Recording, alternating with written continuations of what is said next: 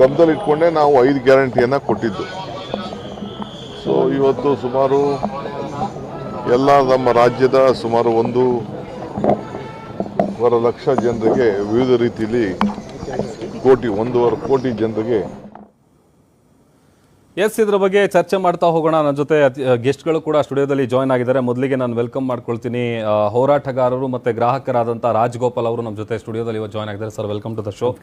ಹಾಗೆಯೇ ಕಾಂಗ್ರೆಸ್ ಕಡೆಯಿಂದ ದರ್ಶನ್ ಅವರು ಇದ್ದಾರೆ. ಸರ್, ದರ್ಶನ್ ಅವರೇ, ನಿಮಗೂ ಕೂಡ ಕಾರ್ಯಕ್ರಮಕ್ಕೆ ಸ್ವಾಗತ. ಹಾಗೆ ಬಿಜೆಪಿ ಕಡೆಯಿಂದ ಯದುಕುಮಾರ್ ಗೌಡ ಅವರು ಕೂಡ ಜಾಯ್ನ್ ಆಗಿದ್ದಾರೆ. ಸರ್, ನಿಮಗೂ ಕೂಡ ಕಾರ್ಯಕ್ರಮಕ್ಕೆ ಸ್ವಾಗತ. ಹಾಗೆಯೇ ಹೋಟೆಲ್ ಉದ್ಯಮಿ ಆದಂತಹ ಪ್ರತಾಪ್ ಶೆಟ್ಟಿ ಅವರು ನಮ್ಮ ಜೊತೆಗೆ ಜಾಯ್ನ್ ಆಗಿದ್ದಾರೆ. ಸರ್, ನಿಮಗೂ ಕೂಡ ವೆಲ್ಕಮ್. ಹಾಗೆಯೇ ಸಂತೋಷ್ ಕುಮಾರ್, ರಾಜ್ಯಾಧ್ಯಕ್ಷರು ಸ್ನೇಹಜೀವಿ ಚಾಲಕರ ಟ್ರೇಡ್ ಯೂನಿಯನ್, ಅವರು ಕೂಡ ಇವತ್ತು ನಮ್ಮ ಜೊತೆ ಸ್ಟುಡಿಯೋದಲ್ಲಿದ್ದಾರೆ. ಸರ್, ನಿಮಗೂ ಕೂಡ ವೆಲ್ಕಮ್ ಟು ದ ಶೋ. ಇನ್ನೂ ಸ್ವತಂತ್ರ ಸಿಕ್ಕಿಲ್ಲ ನಮಗೆ, ಯಾವ ರೀತಿ ನಾವು ಮಾತಾಡಬೇಕು, ಎಷ್ಟು ಅಂತ ಮಾತಾಡಬೇಕು, ಪ್ರತಿಯೊಂದಕ್ಕೂ ಬೇಡಬೇಕಾದಂಥ ಪರಿಸ್ಥಿತಿಯಲ್ಲಿ ನಾವಿದ್ದೀವಿ.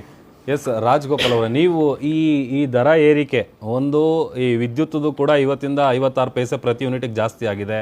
ಅದರ ಜೊತೆಗೆ ಈಗ ಆಟೋ ಗ್ಯಾಸ್ LPG ಏನಿದೆ ಅದು ಕೂಡ ₹5.73. ಅದರ ಜೊತೆಗೆ ₹993. ಹೆಂಗೆ ನೋಡ್ತೀರಿ? ಇವತ್ತು ಪ್ರಕೃತಿ ಕೂಡ ಮನುಷ್ಯನ ಸುಡೋ ಅಂಥ ಒಂದು ವ್ಯವಸ್ಥೆ ಈಗಾಗಲೇ ನಾವು ಕಾಣ್ತಾ ಇದ್ದೀವಿ. ಮನುಷ್ಯ ತಲೆ ಆಚೆಕ್ಕೂ ಕೂಡ ಆಗ್ತಾ ಇಲ್ಲ. ಎರಡನೇದಾಗಿ ತಣ್ಣಗಿರ್ತಕ್ಕಂಥ ನೀರನ್ನು ಕುಡಿಬೇಕು ಅಂದರೆ ಬಿಸಿಯಾದ ಬಿಲ್ಲನ್ನು ಕೊಡ್ತಾರೆ. ಮೂರನೇದಾಗಿ ಫ್ಯಾನ್ ಹಾಕ್ಕೊಂಡು AC-ನಲ್ಲಿ ಆರಾಮಾಗಿ ಮನೇಲಿರೋಣ ಅಂದರೆ ವಿದ್ಯುತ್ ದರದ ಅಭಾವ. ಹೀಗೆ ಇವತ್ತು ಮಧ್ಯಪ್ರಾಚ್ಯದ ಯುದ್ಧ, ಅದು ಎಲ್ರಿಗೂ ಇಡೀ ವಿಶ್ವಕ್ಕೆ ಬಂದಿರತಕ್ಕಂಥ ಒಂದು ತಲೆದೂಗಿರ್ತಕ್ಕಂಥ ಒಂದು ಇವತ್ತು ಎಲ್ಲರೂ ಅನುಭವಿಸ್ಬೇಕಾದಂಥ ಒಂದು ಪ್ರಮೇಯ. ಹಾಗಾಗಿ ಇವತ್ತು ನಾವು ಮಧ್ಯಪ್ರಾಚ್ಯ ಯುದ್ಧದ ಅಭಾವದಿಂದ ಇವತ್ತು ಈ ಒಂದು ವಾಣಿಜ್ಯ ಸಿಲಿಂಡರ್ಗಳ ಬೆಲೆ ಏರಿಕೆ ಆಗಿದೆ ಅಂತ ಈಗಾಗಲೇ ಎಲ್ಲರೂ ತಿಳಿದಿರತಕ್ಕಂಥ ವಿಚಾರ. ಆದರೆ ಮೊದಲನೇದಾಗಿ ನಾವಿಲ್ಲಿ ಮನಗಾಣಬೇಕಾಗಿರೋದು, ಕೇಂದ್ರದಲ್ಲಿ BJP ಸರ್ಕಾರ ಇದೆ, ರಾಜ್ಯದಲ್ಲಿ ಕಾಂಗ್ರೆಸ್ ಸರ್ಕಾರ ಇದೆ.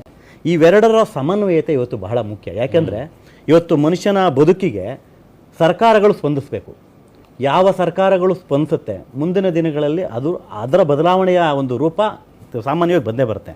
ನಾವು ಹೇಳೋದೇನು ಅಂದರೆ, ಇವತ್ತಾಗಲೇ ಆಟೋ ಚಾಲಕರು ತಮ್ಮ ನೋವನ್ನು ತೋಡ್ಕೊಂಡ್ರು, ವಾಣಿಜ್ಯ ದೃಷ್ಟಿನಲ್ಲಿ ಹೋಟೆಲ್ ಉದ್ಯಮಿಗಳು ತಮ್ಮ ನೋವನ್ನು ತೋಡ್ಕೊಂಡ್ರು, ನಮ್ಮ ಮಿತ್ರರು ಆ ಕಡೆ ಒಬ್ಬರು ಕೂರ್ತಿದ್ದಾರೆ, ರಾಜಕೀಯ ಪಕ್ಷದವರು ಈ ಕಡೆ ಒಬ್ಬರು ಕೂರ್ತಿದ್ದಾರೆ, ಪಕ್ಷಗಳ ಅವರವ್ರದ್ದು ಸಮರ್ಥನೆಯನ್ನು ಮಾಡಿಕೊಂಡ್ರು. ಆದರೆ ಇಲ್ಲಿ ಮಧ್ಯ ಅನುಭವಿಸ್ತಾ ಇರ್ತಕ್ಕಂಥದ್ದು, ಸಮಸ್ಯೆಗಳನ್ನು ತಲೆದೂಗಿಸ್ತಕ್ಕಂಥದ್ದು ಗ್ರಾಹಕನಿಗೆ ಯಾವುದೇ ರೀತಿಯ ಪೆಟ್ಟು ಹಾಕಿದಾಗೆ ಇವತ್ತು ನಾವು ರಾಜ್ಯ ಸರ್ಕಾರಕ್ಕೆ ಇಲ್ಲಿನ ತೆರಿಗೆಯನ್ನು ಪಾವತಿಸ್ತೀವಿ. ಅದು ಇವರು ಏನು ಮಾಡ್ತಾರೆ, ಒಂದು ನಿಯಮಗಳ ಮಾನದಂಡದ ಮೂಲಕ ಗ್ರಾಹಕನಿಗೆ ಯಾವುದೇ ರೀತಿಯಾದ ಹೊರೆ ಆಗದಾಗೆ ನೋಡ್ಕೊಳ್ಬೇಕಾದಂಥ ಒಂದು ಜವಾಬ್ದಾರಿ ನಮ್ಮ ರಾಜ್ಯ ಸರ್ಕಾರಕ್ಕಿರುತ್ತೆ. ಅದನ್ನು ಇವರು ಮೊದಲು ಪಾಲಿಸಿದಾರ? ಎರಡನೇದಾಗಿ ಕೇಳಿ, ಇವತ್ತು ಯಾರೇ ಕೂಡ ಕೇಂದ್ರಕ್ಕೂ ಕೂಡ ಪ್ರಶ್ನೆಯನ್ನು ಮಾಡ್ತಕ್ಕಂಥ ಶಕ್ತಿ ಈ ರಾಜ್ಯ ಸರ್ಕಾರಕ್ಕಿದೆ. ಕೇಳಿ, ಎಲ್ಲಿ ಏನು ಸರಿದೂಗಬೇಕು, ಯಾವ ರೀತಿ ನಾವು ಒಂದು ಸಮನ್ವಯತೆಯನ್ನು ಸಾಧಿಸಬೇಕು, ಅದನ್ನು ತಿಳ್ಕೊಂಡು ಪ್ರಥಮವಾಗಿ ನಾನು ಸರ್ಕಾರಗಳು ಬಹಳ ಮುಂದೆ ಹೆಜ್ಜೆ ಇಟ್ಟು ಈ ಒಂದು ವಿಚಾರದಲ್ಲಿ ಗ್ರಾಹಕರಿಗೆ ಯಾವುದೇ ರೀತಿಯಾದ ತೊಂದರೆ ಆಗದಂಗೆ ಇವತ್ತು ಕಾಪಾಡಬೇಕಾದಂಥ ಜವಾಬ್ದಾರಿ ಅವ್ರ ಮೇಲಿದೆ. ಇನ್ನು ಮುಂದಿನ ದಿನಗಳಲ್ಲಿ ಇನ್ನೂ ಹೆಚ್ಚಿನ ದುಬಾರಿ ಆಗ್ತಕ್ಕಂಥ ವ್ಯವಸ್ಥೆ ಕೂಡ ಇವತ್ತು ಕಂಡು ಬರ್ತಾ ಇದೆ ನಮ್ಮೆಲ್ಲರ ಮುಖಾಂತರ. ನಾನು ನಿಮ್ಮ ಮೂಲಕ ಆಗ್ರಹಿಸ್ತೀನಿ ಇಷ್ಟೇ, ಈ ರಾಜ್ಯದ ಚುಕ್ಕಾಣಿ ಹಿಡಿದಿರ್ತಕ್ಕಂಥ ಸಿದ್ದರಾಮಯ್ಯನವರು ಇರ್ಬೋದು, DK ಶಿವಕುಮಾರ್ ಇರ್ಬೋದು, ನಿಮಗೇನು ಬೇಕು ಕೇಂದ್ರಕ್ಕೆ ಒಂದು ಮನವಿಯನ್ನು ಸಲ್ಲಿಸಿ, ಗ್ರಾಹಕರಿಗೆ ಹೊರೆ ಆಗದಂಗೆ, ಈ ಒಂದು ಬೆಲೆ ಏರಿಕೆ ಆಗದಂಗೆ ಒಂದು ಏನು ಮಾಡಬೇಕು ನಿಮ್ಮ ಒಂದು ಸುಪರ್ದಿನಲ್ಲಿ ಅದನ್ನು ಮಾಡಿ ಗ್ರಾಹಕರಿಗೆ ಈ ಒಂದು ಮುಕ್ತವಾದ ಜೀವನವನ್ನು ನಡೆಸಲಿಕ್ಕೆ. ಈಗಾಗಲೇ ಇದು ಶೈಕ್ಷಣಿಕ ವರ್ಷ ಪ್ರಾರಂಭ ಆಗ್ತಾ ಇದೆ. ಇನ್ನೇನು ಮೇ ಜೂನು ಪ್ರತಿ ಮನೆಯಲ್ಲೂ ಕೂಡ ಎಲ್ಲ ಶಾಲಾ ಮಕ್ಕಳು, ಕಾಲೇಜಿನ ಮಕ್ಕಳು ಇರ್ತವೆ. ಈಗ ಅದೊಂದು ಹೊರೆ ಬೇರೆ ಜಾಸ್ತಿ ಆಗುತ್ತೆ. ಜೀವನ ನಡೆಸ್ತಕ್ಕಂಥ ಒಂದು ವ್ಯವಸ್ಥೆಯಲ್ಲಿ ಇದೂ ಸೇರಿಕೊಂಡಾಗ ಮನುಷ್ಯನ ಬದುಕು ತುಂಬ ದುಸ್ತರವಾಗುತ್ತೆ. ದಯಮಾಡಿ ಮನಗಂಡು ಗ್ರಾಹಕನಿಗೆ ಯಾವುದೇ ರೀತಿಯ ತೊಂದರೆ ಆಗದಂಗೆ ಎಲ್ಲ ಸರ್ಕಾರಗಳು ಶ್ರಮಿಸಬೇಕು ಅಂತ ಈ ಮುಖಾಂತರ ಕೇಳ್ಕೊಳ್ತೀನಿ. ಓಕೆ, ಹೋಟೆಲ್ ಉದ್ಯಮ ಕೂಡ ಅದೇ ಪರಿಸ್ಥಿತಿ ಆಗಿದ್ದೇವೆ. ನಮಗೆ ಗ್ರಾಹಕರೇ ದೇವರು, ಅವರೇ ದೇವರು. ಅವ್ರ ಹತ್ರ ನಾವು ಬೆಲೆ ಜಾಸ್ತಿ ಮಾಡಿ ನಾಳೆಗೆ ಅವ್ರು ಬರದೇ ಇದ್ರೆ ನಾವು ಮಾಡಿದ್ದು ನಾವೇ ತಿನ್ನುವಂಥ ಪರಿಸ್ಥಿತಿ ಆಗುತ್ತೆ. ಅಂಥ ಪರಿಸ್ಥಿತಿ ಆಗುತ್ತೆ. ನಾವು ಈಗ ಪೆಟ್ರೋಲ್ ಮತ್ತು ಡೀಸೆಲ್ ನೋಡ್ತಾ ಇದ್ದೀವಿ. ಹಾಗೆ ಮುಂದಿನ ದಿನದಲ್ಲಿ ಬೆಲೆ ಜಾಸ್ತಿ ಮಾಡಲೇಬೇಕಾಗತ್ತೆ. ಪರಿಸ್ಥಿತಿ ತುಂಬ ಕಷ್ಟ ಇದೆ ಹೋಟೆಲ್ ಉದ್ಯಮ. ಸರ್, ಈಗ ಆಲ್ರೆಡಿ ಜನರು ಬದುಕೆ ಮುರಾ ಬಟ್ಟೆ ಆಗ್ಬಿಟ್ಟಿದೆ. ಅದರಲ್ಲಿ ಈ ಬೆಲೆ ಏರಿಕೆ, ನೀವು ಒಂದು ಹಾಲಿಂದ ಹಿಡಿದು ನೀವು ಪೆಟ್ರೋಲ್ ಡೀಸೆಲ್ವರೆಗೂ, ಬಹುಶಃ ಇನ್ನು ಮುಂದಿನ ದಿನಗಳಲ್ಲಿ ಅಂದರೆ ಈ ರಿಸಲ್ಟ್ ಬಂದಾದ್ಮೇಲೆ ಏನಾದರೂ ಪೆಟ್ರೋಲ್ ಡೀಸೆಲ್ ರೇಟ್ ಜಾಸ್ತಿ ಆಗ್ಬೋದು ಅಂತೇಳಿ ಒಂದಷ್ಟು ಚರ್ಚೆಗಳು ನಡೀತಾ ಇದೆ. ಹೆಂಗೆ ಜನ ಹೆಂಗೆ ನಿಭಾಯಿಸ್ಬೇಕು ಇದನ್ನೆಲ್ಲ ಅಂತ? ಈಗ 62 ತಿಂಗಳಾಯಿತು ಏನು ಮಧ್ಯಪ್ರಾಚ್ಯದ ಯುದ್ಧ ಸ್ಟಾರ್ಟ್ ಆಗಿ. ಆದರೆ ಇದರ ತೀವ್ರತೆ ಇನ್ನೂ ಮುಂದಕ್ಕೆ ಜಾಸ್ತಿ ಹೋಗುತ್ತೆ. ಇವತ್ತು ಪ್ರೆಸೆಂಟು ನಾವೇನು ಕಾಣ್ತಾ ಇದ್ದೀವಿ, ಈ ಬೆಲೆ ಇವಾಗ ವಾಣಿಜ್ಯ ಸಿಲಿಂಡರ್ ಜಾಸ್ತಿ ಆಗಿದೆ. ಮುಂದಿನ ದಿನಗಳಲ್ಲಿ ಡೊಮೆಸ್ಟಿಕ್ ಈಗ ಹೇಳಿದಾಗೆ ಅದು ಕೂಡ ಹೆಚ್ಚಳ ಆಗುತ್ತೆ. ಪ್ರತಿಯೊಂದು ರಾಜ್ಯ ಸರ್ಕಾರ ಇರಲಿ ಕೇಂದ್ರ ಸರ್ಕಾರ ಇರಲಿ ಒಬ್ಬ ಜನಸಾಮಾನ್ಯನ ಮೇಲೆ ನಿಂತಿರ್ತಕ್ಕಂಥದ್ದು ಗ್ಯಾಸು, ಡೀಸೆಲು, ಪೆಟ್ರೋಲು. ಇದು ಯಾವಾಗ ಜಾಸ್ತಿ ಆಗುತ್ತೆ, ಇಡೀ ಒಬ್ಬನ ಏನು ಜೀವನ ನಡೆಸ್ತಕ್ಕಂಥ ಒಂದು ವ್ಯವಸ್ಥೆನಲ್ಲಿ ಅವನ ಆದಾಯದ ಮಿತಿ ನೋಡ್ಕೊಂಡಾಗ ಅಲ್ಲಿ ಅದರ ಡಬ್ಬಲ್ ಅಷ್ಟು ಇಲ್ಲೂ ಕೂಡ ಜಾಸ್ತಿ ಆಗುತ್ತೆ. ಅಲ್ಲ, ಸಂಬಳ ಅದೇ ಇರುತ್ತೆ, ಆದಾಯದ ಮಿತಿ ಖರ್ಚು 6 ಕಾಸು. ಇವತ್ತು 100 ರೂಪಾಯಿ ಒಬ್ಬ ಮನುಷ್ಯ ದಿನಕ್ಕೆ ಎಕ್ಸ್ಟ್ರಾ ಖರ್ಚು ಮಾಡ್ತಾ ಹೋದ್ರೆ 3,000 ರೂಪಾಯಿ ಎಕ್ಸ್ಟ್ರಾ ಖರ್ಚಾಗುತ್ತೆ. ಅದು ಅವನು ಮತ್ತೊಮ್ಮೆ ಸಾಲ ಮಾಡಬೇಕಾಗುತ್ತೆ. ಈಗ ಆಗಲೇ ಆಲ್ರೆಡಿ ಸಾಲ ಮಾಡಿ ಜೀವನವನ್ನು ನಡೆಸ್ತಾ ಇರ್ತಾನೆ. ಇದು ಮತ್ತೆ ಹೊರೆಯಾಗಿ ಅವನ ಜೀವನಕ್ಕೆ ಕುತ್ತು ತರ್ತಕ್ಕಂಥ ವ್ಯವಸ್ಥೆ ಇವತ್ತು ರೂಪುಗೊಳ್ತಾ ಇದೆ.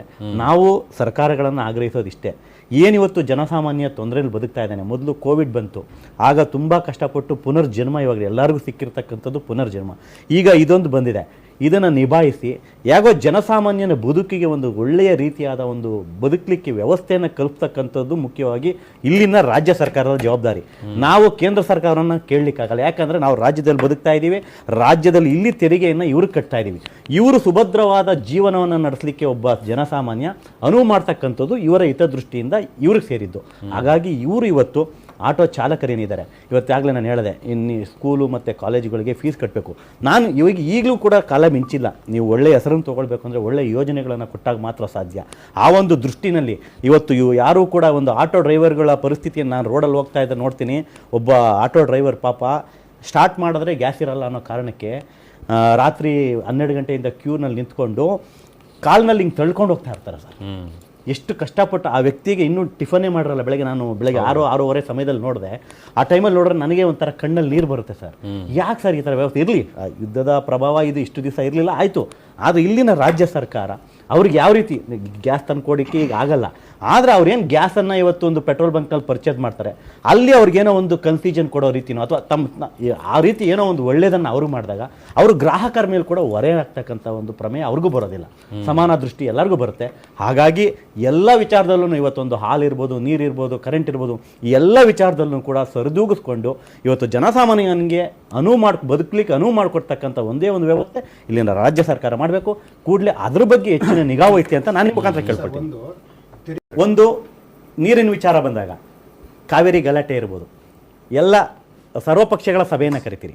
ಅದೇ ರೀತಿ ಈ ಒಂದು ಸಮಸ್ಯೆ ಸರಿದೂಗಿಸಿದಾಗ ಸರ್ವಪಕ್ಷಗಳ ಸಭೆಯನ್ನು ಕರೀರಿ ಸರ್. ಅಲ್ಲಲ್ಲ, ಕರೀರಿ. ಇಲ್ಲಿನ ಯಾರೋ ಸಂಸದರಿದ್ದಾರೆ, ನೀವು ಎಲ್ಲರನ್ನೂ ಕುಂಡಿಸ್ಕೊಳ್ಳಿ.